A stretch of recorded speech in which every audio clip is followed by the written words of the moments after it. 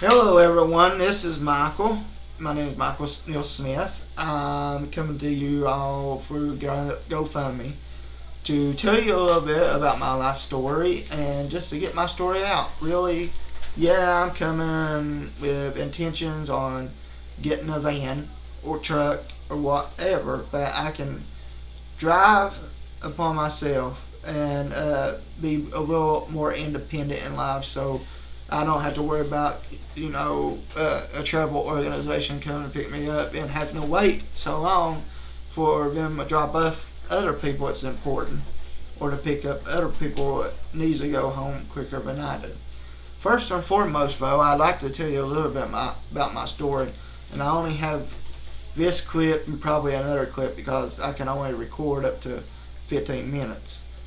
But anyways, as far as I could remember, family is always insane. Gosh, you got a memory that I could just have yesterday, and that's how I go through life. But anyways, from the time I was 5 years old, I was always fascinated with wheels. Well, my dad to this day still tells everyone, "Hey, my son was the fastest one I ever seen get on a bike and not need training wheels." Well, I was about 5 at that time, but since then I've heard of kids much younger doing it. So my hat's off of them. And speaking of that, yeah, I don't got no head coat. But anyways, fast forward for a couple of years, I got my first car bought by my grandfather and grandmother. Uh, Grandfather's passed and gone now. Grandmother's fighting a little bit, but she's doing well. But anyways, that first car of mine, boy, it was good memories. A life that's full of good memories. But I also remember being a young, immature man at 16 to about 18 years old.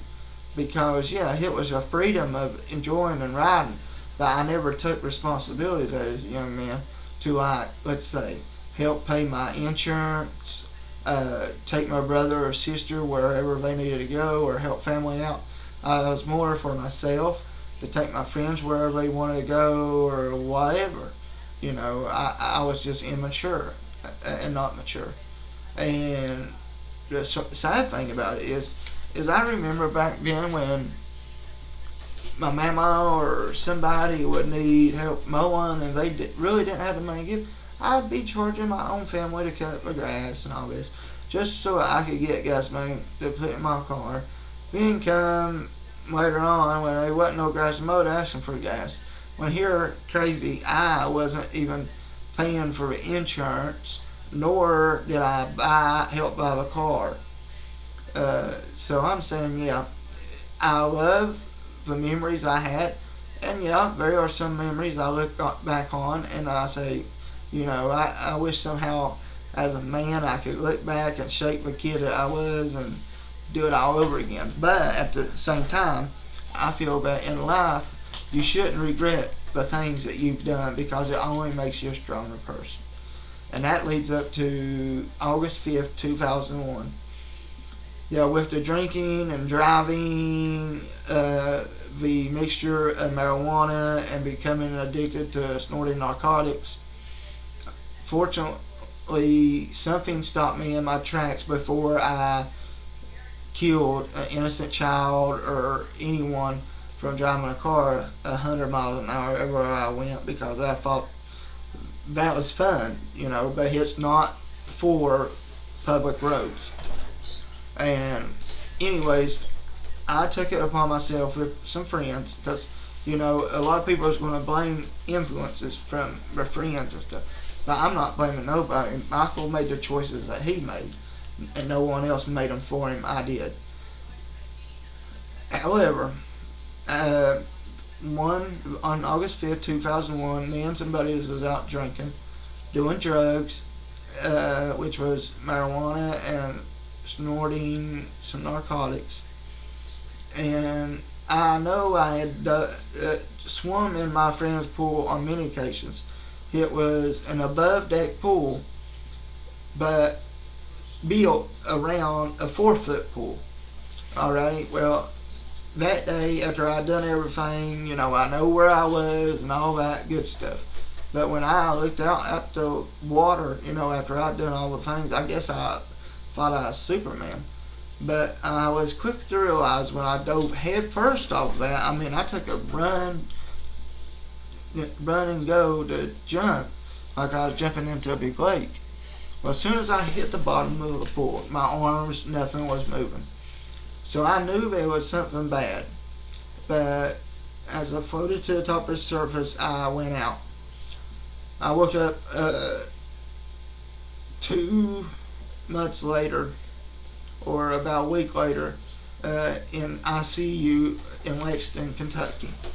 And the doctors explained, especially a doctor by name, Dr. Let me see, his name is, he's a neurosurgeon, Dr. Philip Tibbs. And when I was finally up and better after being on life support or for 2 months, he explained to me after a stint at Carnegie Hill when I went to see him, he said, Michael, it's a miracle to see you sitting here or standing there, because I forget about the wheelchair too. So, but anyway, he said it's a miracle that you're sitting here, because he said, Christopher Reeves, the one that they called Superman. He said, from my studies and what I've done with you, you should be worse off as far as movement than him. He said, yeah, his fracture of his vertebrae, was higher up. He said, yours is just from C4 to C6, or it might have been C4 through C7. But he said, what made yours so unique or bamboozling was, yes, it broke there, but when it broke your neck from diving in a pool, the bone fragments didn't touch the spinal cord in that area, but they landed higher up on close to my brainstem, which must have been higher up than Mr. Reeves. And he looked at me, he said, just for you to be able to blink your eyes, talk, he said, that's amazing. He said, because 99.9% of the patients that I see with your injuries, when they don't make it, and he said, that 1%, he said, you're the only one I've seen.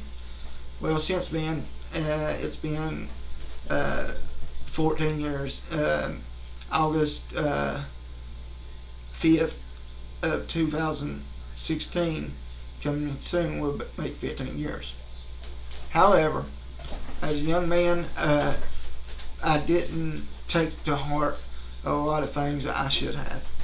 That being said, I can remember from day one where I started grasping life, that no matter how hard you want to work at something to be independent, you can be a man or a woman or a group of people and say, we've never needed no help from no one or nothing. But I'm sure you, in that person's mind, if they really think when they was down or needed a helping hand or a comforting hand, somebody was always there when they got depressed.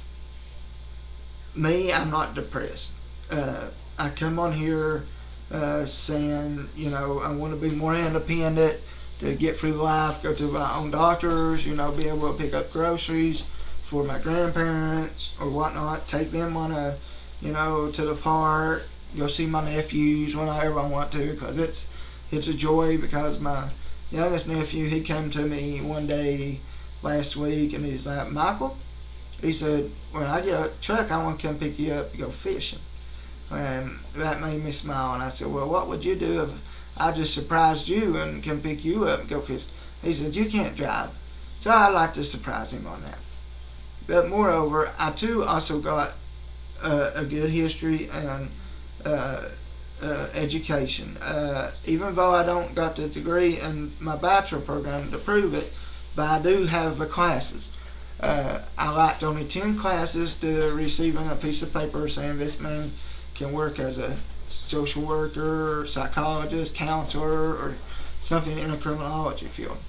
But unfortunately, the student loans ran out. So here I am left to get those loans forgiven, so maybe in the future I could go back and finish my degree. However, in the area I live in, which is Pikeville, Kentucky, it's kind of hard to get to work if you don't got your own transportation. Yes, I could get a job and pay them, but I'd have to pay them 50 cents a mile all the time, and that's like $120. I know I'll be paying more for a truck, but I'm going to get there and back quicker. Uh, but with only probably 3 minutes to go on this, I'll post a second video to this, or a third if need be. But what I'm trying to say is, even if I don't get the donations for a vehicle assessed so I can drive, at least my story's being told, because I want to be able to help all those out there who have injury such as mine, and be able to show them that, yeah, it's okay to want to be independent and say, I'm 110% independent, to let your family who may be moving on in life feel comfortable. But at the end, you need to give those around you some praise and thank yous, because one person can't do all that they need to do for that person. There comes a time where we all need that helping hand. So again, I'll be switching over to continue this and tell you about my story. Again, I'm Michael Neal Smith, and it's a pleasure to be talking with you today. Bye for now.